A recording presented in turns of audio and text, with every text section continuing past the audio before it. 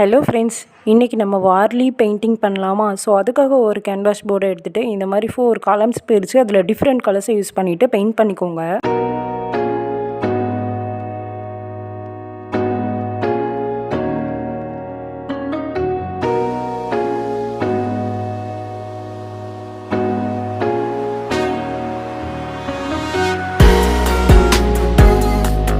வீடியோவில் வார்லி பெயிண்டிங்கை பற்றி நம்ம கொஞ்சமாக தெரிஞ்சுக்கலாமா? ஸோ இந்தியாவில் மகாராஷ்டிராவில் ஒரு பழங்குடி நாட்டுப்புற கலைகளை சேர்ந்தது தான் இந்த பெயிண்டிங் எல்லாமே.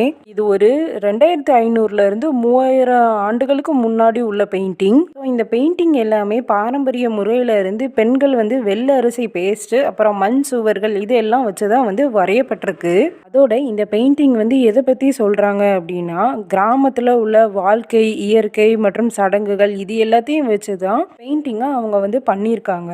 இதோட இந்த பெயிண்டிங் ஸோ டிராயிங் அந்த மாதிரி இல்லாமல் ஒரு வாழ்வியலில் வட்டங்கள், முக்கோணம், அப்புறம் சதுரம் இந்த மாதிரி உள்ள ஷேப்ஸை வச்சு தான் அவங்க ட்ரா பண்ணியிருக்காங்க.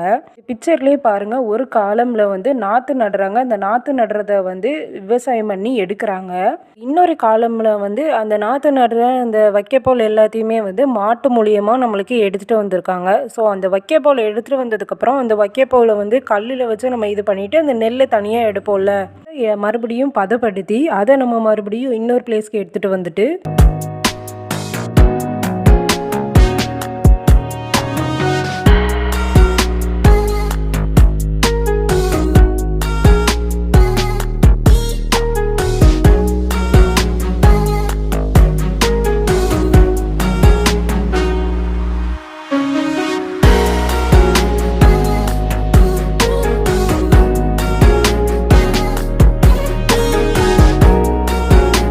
பதப்படுத்தும் முறை அப்படின்னா, ஆல்ரெடி அந்த நெல்லை நம்மளுக்கு ஈரம் இருக்கும். அதனால சன்லைட்டில் நல்லா விரித்து வச்சு அதை காஞ்சதுக்கப்புறம் அந்த காஞ்ச நெல்லை மறுபடியும் எடுத்துகிட்டு வந்துட்டு இந்த பெண்கள் எல்லாருமே அந்த நெல்லில் உள்ள அந்த அரிசி தனியாகவும் உமி தனியாகவும் எடுக்கிற மாதிரி. உமி அப்படின்னா அந்த நெல்லோட அவுட்டர் லேயர் பேர் தான் உமி.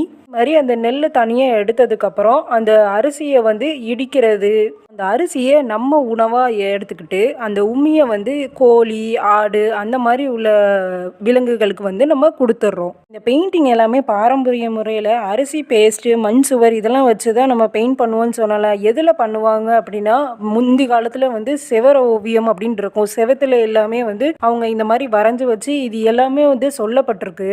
அந்த கால பெயிண்டிங் எல்லாமே விவசாயம், வேட்டை, மீன் பிடித்தல், நடனம், திருவிழா இது எல்லாம் வச்சு தான் பெயிண்டிங்காக பண்ணியிருக்காங்க. இப்போ நம்மளோட Warli painting ready. Thank you for வாட்சிங். பாய்.